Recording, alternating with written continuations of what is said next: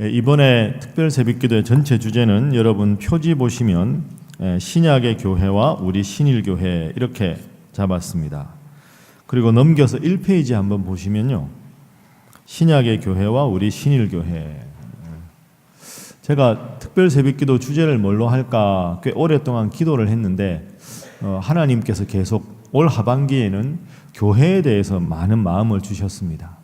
그래서 제가 설교할 때 교회에 대한 설교를 꽤 많이 했었죠. 그래서 우리 온 교우들이 우리 신일교회는 이런 교회다 하는 것을 모두가 머릿속에 함께 기억하고 공유할 수 있도록, 그래서 건강한 교회, 행복한 성도, 그리고 성경 공부 프로그램은 말씀과 함께, 그리고 말씀 속으로, 그리고 교회의 여러 프로그램은 예배, 교육, 선교, 교제, 봉사, 이걸로 계속 돌아가서 건강한 교회가 되면 행복한 성도가 된다. 이 주제로 이제 우리 모두가 한 마음을 가지게 되었습니다. 그래서 그런 전체적인 구도에서 이번 주제도 교회에 대해서 잡았습니다. 내가 기도할 게 많고 내 기도 제목이 많은데 교회가 중요한가, 그게 우선인가 이렇게 생각할 수 있는데, 건강한 교회가 되면 우리는 저절로 행복한 성도가 되는 줄로 믿습니다. 그래서 우리가 기도할 제목이 스스로도 많지만, 여러분 우리가 사회생활을 해봐도 나도 바쁘고 옆에 계신 분도 바쁜데, 내가 바쁘다고 내 일만 딱 하는 것보다 나보다 더 힘들어하는 분을 도와주고 배려하면 하나님이 그걸 얼마나 기뻐하시겠습니까? 그래서 교회를 위해서 기도하는 것이 내가 가진 기도 제목을 포기하는 게 아니라, 우리의 영적인 젖줄이 되는 교회가 건강해지면 우리가 나 스스로가 기도한 것뿐 아니라 기도하지 않은 것도 하나님께서 응답해 주신다. 그런 마음으로 한 주간 교회를 위해서 건강한 교회가 되도록 기도하시고, 또 더불어 여러분도 기도하시는 제목, 미처 기도하지 않은 제목도 응답받는 한 주간 되시기를 주님 이름으로 축복합니다. 혹시 자료집 없으신 분 손들어 주시면 목사님들이 드리도록 하겠습니다. 요 앞에 없는 분이 있으니까 주시고요.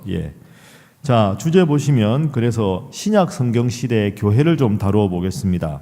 그래서 1페이지 보면 오늘은 로마 교회, 그리고 고린도 교회, 갈라디아 교회, 목요일은 에베소 교회, 금요일은 빌립보 교회, 그리고 토요일은 한 주간을 정리하면서 오늘 우리 교회가 어떤 기도 제목을 가져야 할까, 이렇게 정리를 해보도록 그렇게 하겠습니다. 자, 오늘은 2페이지 넘어가 보시면 로마 교회에 대해서 공부하겠습니다. 로마 교회에 대해서는 교회가 도대체 뭐냐, 교회의 정체성이 뭐냐, 이걸 오늘 한번 우리가 말씀을 통해서 묵상을 해보도록 하겠습니다. 우리가 오늘 첫날 첫 시간이 로마 교회인데요, 로마 교회는 여러분이 꼭 기억할 게 있는데 사도 바울이 직접 세운 교회가 아닙니다.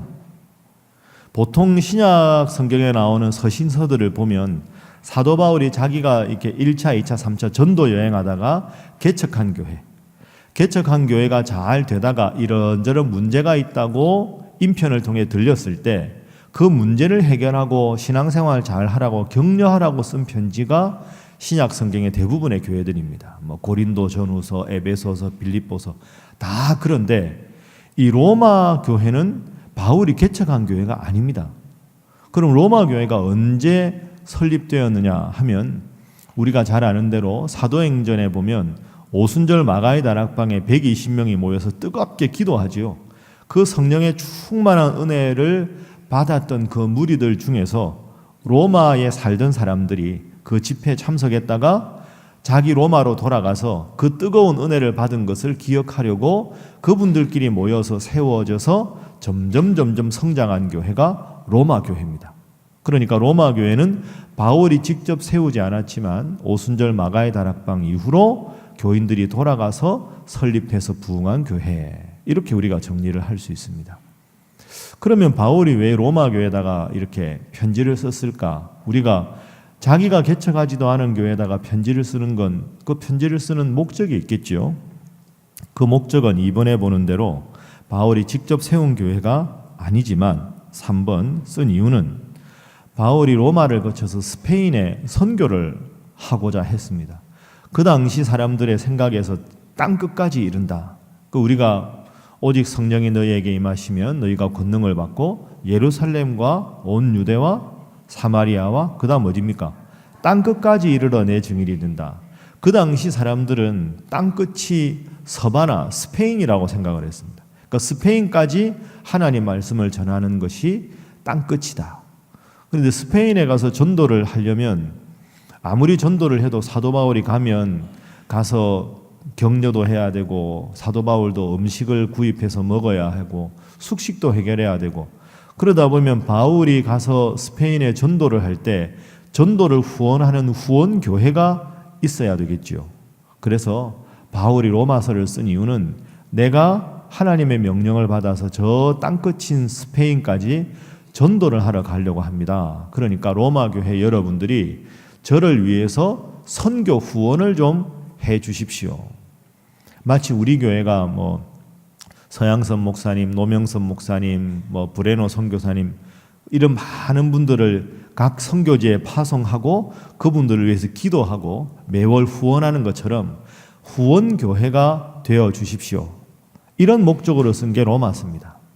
그런데 바울이 어떤 사람인지 알아야 제대로 후원을 할 거 아닙니까? 바울이 혹시 복음을 잘못 이해한 사람이면 안 되고 바울이 스페인에 가서 복음을 전하는 내용이 뭔지 알아야 되니까 사도 바울이 로마서 1장부터 16장까지 쭉 쓰면서 내가 스페인에 선교하러 가는데 나는 하나님을 이런 분으로 고백하고 예수님은 이런 분이고 우리는 다 죄인이고 그런 자기가 깨닫고 믿고 있는 복음을 로마 교회 성도들과 함께 나누고 싶어서 쓴 책이 로마서다. 그래서 로마서는 자기의 선교를 후원해 달라. 그리고 내가 믿는 하나님, 내가 믿는 기독교는 이런 말씀이다. 이게 핵심이다. 그걸 기록한 것이 로마서입니다. 그게 오늘 여러분 교재로 1페이지에 1번부터 3번까지의 본문의 배경입니다. 자, 그렇게 해서 로마서를 나누면 1장부터 16장까지 중에서 오늘은 12장 1절과 2절을 읽었습니다. 자, 우리 1절 어떻게 시작하는지 함께 한번 12장 1절 말씀 읽어봅니다. 시작. 그러므로 형제들아 내가 하나님의 모든 자비하심으로 너희를 권하노니 너희 몸을 하나님이 기뻐하시는 거룩한 산 제물로 드리라. 이는 너희가 드릴 영적 예배니라. 아멘. 자, 바울이 로마 교회 성도들에게 편지를 하면서 내가 믿는 기독교는 이렇다 하는 내용이 1장부터 8장까지 나오고 9장부터 11장까지는 이스라엘 사람들은 구약을 알았고 이방 사람들은 구약을 몰랐는데 이스라엘 사람들과 이방 사람들이 어떻게 다른가, 어떻게 같은가, 그게 11장까지 나옵니다. 12장 1절부터는 하나님 믿는 우리가 어떻게 살아야 할까, 삶에 대한 내용을 시작하는 게 12장 1절입니다. 그런데 여러분, 바울이 이 로마 교회 교인들을 뭐라고 부릅니까? 지금 그러므로 형제들아 이렇게 부릅니다. 따라하겠습니다. 형제들아, 형제들아. 여러분이 로마 교회 교인이면 그러므로 형제들아 하고 여러분에게 불렀으면 여러분은 마음에 어떤 생각이 들까요? 우리는 형제지, 이런 생각이 들까요? 들 수도 있겠지만 로마 교회 성도들 입장에서 조금 의아할 수 있습니다. 이 사람들은 바울을 못 봤잖아요. 바울이 직접 전도하다가 그곳에 개척을 해서 개척 멤버들이 함께 있으면 피를 나눈 형제처럼 사랑하는 사이니까 편지를 쓸 때 형제들아 하면 그래 그때 우리 사도 바울이랑 교회 개척할 때 정말 힘들었는데 그래도 밤마다 기도하고 너무너무 아름다웠지, 우리는 가족이야, 이런 생각이 들었을 텐데 로마 교회는 바울이 개척한 교회가 아니지요. 그런데 바울은 형제들아 이렇게 이야기합니다. 어떻게 보면 약간 뜬금없을 수 있습니다. 그런데 왜 바울은 형제들아 하고 불렀을까요? 여기에 오늘 주제 교회가 정체성이 뭐냐, 이게 드러납니다. 형제들아, 자매들아 이렇게 말하는 것은 바울은 교회는 가족 공동체다 하는 걸 우리에게 보여줍니다. 한번 따라 할까요? 교회는 가족 공동체다. 그러니까 형제들아 하고 부르는 이유는 영어로 brother and sister 아닙니까? 우리 모두는 하나님을 아버지로 모신 형제 자매다. 형제 자매를 줄여서 형제들아 이렇게 말한 겁니다. 그러니까 로마 교회 성도들과 바울은 한 형제 자매 가족이다. 그러면 우리들은 뭘까요? 우리도 한 교회 다니니까 우리는 다 하나님 앞에서 가족이다 하는 거죠. 가족끼리 표정이 이래서야 되겠습니까? 우리 옆에 분들과 인사 한번 하겠습니다. 우리는 한 가족입니다. 여러분 이게 중요합니다. 그래서 늘 말하지만 교회는 들어올 때부터 웃고 들어와야 됩니다. 나갈 때도 웃고 나가야 됩니다. 그리고 나가시다가 저하고 악수할 때도 웃고 하셔야 됩니다. 그래야지 이게 가족 아닙니까? 가족이 뭐 며칠에 한 번, 일주일에 한 번 만났는데 얼마나 이게 반가운 겁니까? 혹시 제가 설교할 때 저한테 그런 질문 참 많이 하시거든요. 목사님은 설교할 때 교인들이 다 보이냐고. 다 보입니다.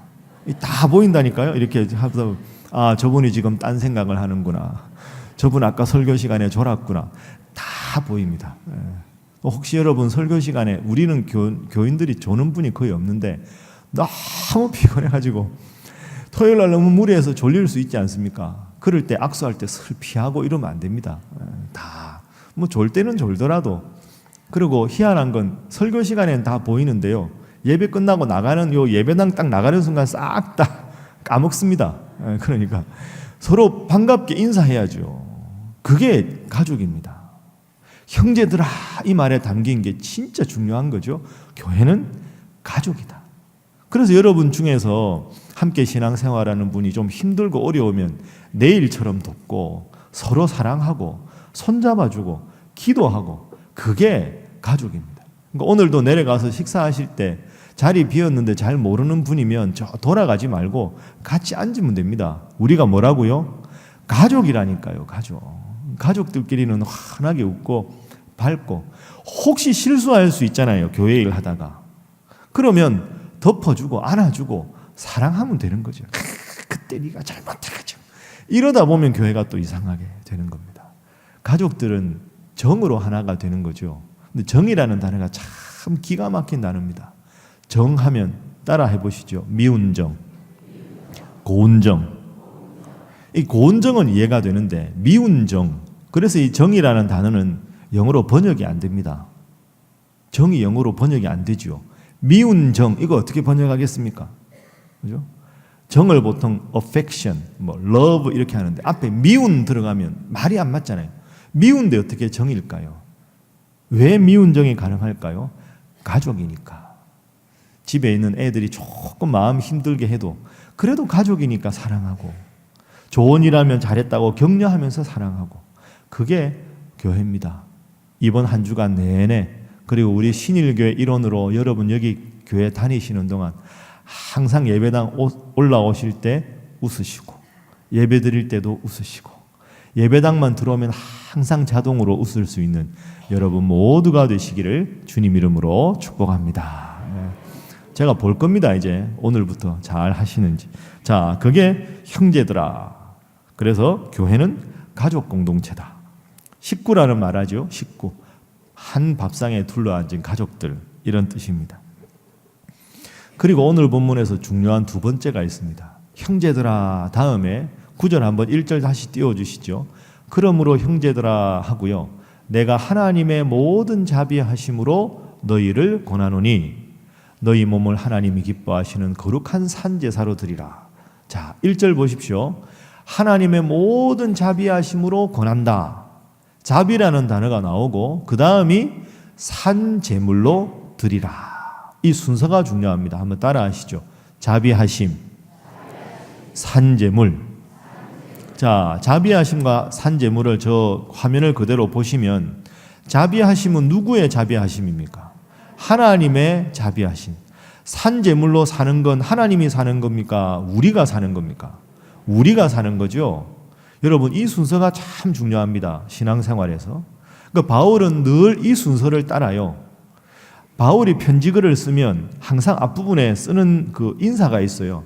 하나님과 예수 그리스도의 은혜와 평강이 너희와 함께 하기를 원하노라 하고는 그 교회에 필요한 편지 내용을 쭉 씁니다. 그러니까 오늘 본문 말씀도 하나님의 자비하심을 받아서 나를 거룩한 산 제물로 드리라. 이 순서가 내가 아무리 하나님 뜻대로 산 제물로 살아가고 싶어도 내 힘으로는 힘들어서 못합니다. 신앙의 열심을 아무리 내려고 해도 내가 내 능력으로 하는 게 한계가 있죠. 환경이 힘들고 어려워지면 그게 참 힘듭니다. 물하고 똑같습니다. 수도꼭지 틀면 물이 콸콸 나오지요. 그 수도꼭지에 물이 나오려면 수도꼭지 그 관이 물 나오는 기본적인 그 집수하는 곳, 집수장하고 물이 연결되어 있어야 됩니다. 근원에서 물이 마르지 않으면 수도꼭지만 틀면 물이 나오는 거죠. 그런데 근원에 물이 말라 있으면 수도꼭지를 틀어도 물이 안 나옵니다. 똑같은 거죠. 내가 성도를 사랑하고 교회를 돕고 산제물로 하나님 앞에 드리고 싶어도 내가 먼저 하나님으로부터 받는 은혜가 없으면, 이 은혜가 없으면 내 힘으로는 약해질 수밖에 없는 거죠. 그래서 하나님의 자비하심으로 내가 권하노니 너희가 하나님 앞에 산 제물로 드리라. 하나님으로부터 먼저 받아서 이것을 나눌 수 있는 것, 이게 영적인 삶의 비결입니다. 간혹 우리는 왜 내가 이렇게 힘들고 어려울까, 인생이. 그 근본 원인은 오늘 말씀으로 연결해 보면 하나님과 내 관계가 완전하지 않기 때문입니다. 이 관계가 완전하지 않아서 집수관에서, 집수정에서 나오는 물인데 그 관의 파이프에 녹이 슬었거나 불순물이 끼어들었거나, 그러면 나한테서 나오는 모든 영적인 삶이 지저분하고 바르지 않은 삶이 되는 거죠. 하나님과 내 관계가 먼저 되는 것이 중요하다.